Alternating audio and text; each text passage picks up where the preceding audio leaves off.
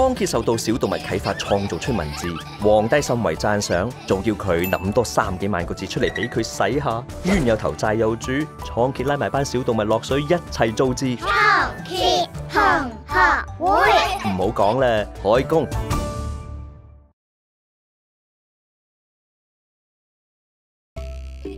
話說皇帝決定咗叫倉頡造字，即刻就起咗間造字工房，等佢同班小動物響度專心創作。肥豬仔個娘親亦都搬埋入嚟，負責佢哋1日3餐。只不過，哎呀，咪玩住啦，造字啊！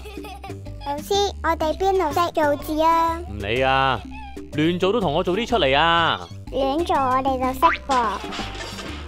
哎呀，拆屋咩？你做乜咁大聲喝我個仔啊？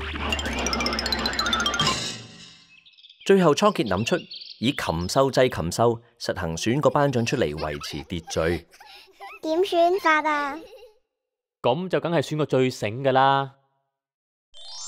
嗱，你哋望住呢棵嘢，睇下諗到啲咩字啦。就咁亂諗啊？梗係唔係，諗好仲要好清楚咁寫個字出嚟，邊個最快，邊個就做班長。班長有乜好做喎？班長啊，可以添飯。哇！即刻諗到啊！細樹枝長出分支，分支又再分支，世世代代。我都諗到，葉下邊係樹幹，中間嘅係枝，上邊就係葉，開枝散葉。蝶，樹葉又輕又扁，飄起好似蝴蝶。水裏面就有蝶，比目魚一樣係扁塌塌，好似塊葉。到我，蝶，喋喋不休，兩片嘴唇口噏噏，好似蝴蝶。我都諗到啊！碟，用陶泥燒個扁踢踢嘅盤出嚟，碟頭飯，正啊！傻傻地啊，邊有啲咁嘅嘢㗎？老師，咁我哋邊個做班長啊？造字唔係講啊，我話要鬥快寫個字出嚟啊！小動物鬥快將個字寫出嚟，就只有肥豬仔仲喺碌角咁樣凍住喺度。快啲，快啲，快啲！叻仔，叻仔！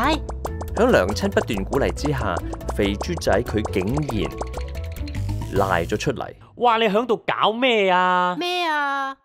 老師你睇下，篤了分叉有分叉咁流，係個細字啊！